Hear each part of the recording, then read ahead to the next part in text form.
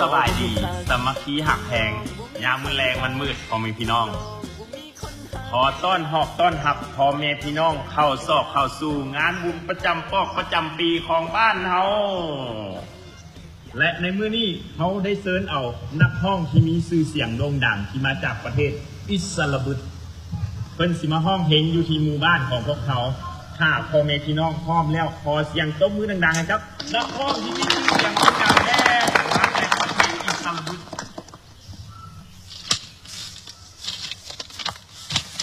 ขึ้นมาให้ยังไผ่เชิญนักห้องมาแต่อิสราเอลอันนี้เจ้าแม่นไผ่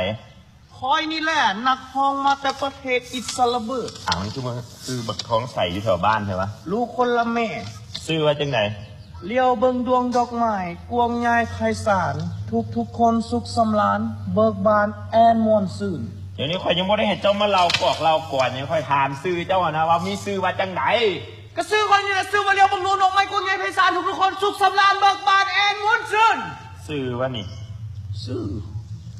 สอนสีน้ำสกุลเนาะวันนี้น้ำสกุลเจ้าไม่ยังจุกจุกพนักห้องมันมาจะสร้างประเทศแท้น่ะเพิ่นต้องเว้าภาษาปากีสเป็นภาษาอังกฤษใครว่าภาษาอังกฤษก็เป็นก็บ่เชื่อดอกจังซี่ต้องมีการพิสูจน์กันค่อยห้ามเป็นภาษาลาวไปไล่เจ้าต่อมาเป็นภาษาอังกฤษก็ได้หลักการของการเรียนภาษาอังกฤษมันสิลงท้ายด้วยสระอีผู้หญิงงามหุ่นดีเซ็กซี่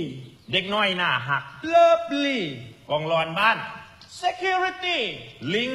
monkey เจ้าคือซีเสนาไปเอาแนวนาเจ้ามันคือลิงเฮียนจบดงโดกปริญญาตรีอาหารหมาเทพนิกีภาคเหนือพงศาลีมันสิเป็นภาคเหนือพงศาลีอยู่ภาคใต้บ่มีใครว่าภาคใต้ลีพี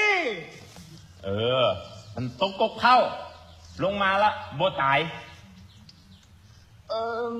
โชคดีโอ้ไม่อย่างคือว่าโชคดีมันตกลงมาแล้วมันโบตายมันโชคดีแล้วโชคดีเห็นมันภาษาลาวบ่แม่นมันลงท้ายด้วยสระอีพ่อแม่นละตกขันไหนเฮือนลงมาแล้วตายบัดตกกกพาวมันโบตายมันตกขันใดมันตาย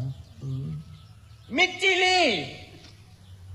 เป็นอย่างคือว่ามิจิลีโมโหมันตอนมันตกลงมามันตายคอยไปทำมันเป็นยังบ่มันมิจิลีลมมันเจ้าหลายแล้วคอยเจ็บท้องไว้โอ้ปวดขี้ไม่เห็นก็เมียนภาษาอังกฤษภาษาอังกฤษโอ้คอยเสือแท้ว่าเราเมียนนักห้องที่มาจากประเทศอิสราเอลแท้ๆตบมือดังๆให้ได้พ่อแม่พี่น้องขอบใจและมาในมือนี้นักห้องทานนอกทานนี่สิมาห้องเพลงอีหยังนอกเพื่อโซให้แก่พ่อแม่พี่น้องฟังเสียงห้องให้จากผู้บ่าวพงศาลีเสียงห้องให้จากผู้บ่าวพงศาลีขอเชิญพ่อแม่พี่น้องติดตามรับชมและรับฟังได้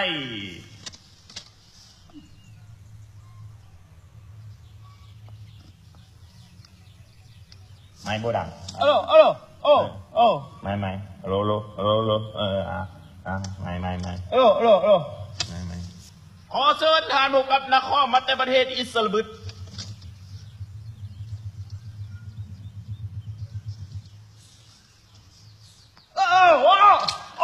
ดีดหูเห็นยังบัดห้องห้องมันคือได้ยินจะหน้าบัดห้องเพลงนี่คือบ่ได้ยินฮะซื้อเพลงยังเสียงห้องให้จากผู้บ่าวพงศาลีคันคอยให้อยู่พงศาลีเจ้าอยู่ดีเจ้าได้ยินบ่แม่นความเจ้าได้เนาะให้อยู่พงศาลีอยู่นี่อยากได้ยินคอยบ่ได้ให้ใส่โทรศัพท์ได้ขอโทษหรือเจ้าอยากห้องให้อยู่นี่ขอเสียงตบมือดังๆให้กับนักห้องที่มาแต่ประเทศอิสราเอลแดนเนาะเดินลงพักผ่อนได้เนาะลงไปแล้วแม่แล้วลงไปดูนี่ไม่ดูนี่ลงภาษาอังกฤษว่าไรนี่ตบมือดังๆให้ครับท้องใส่แน่เนาะ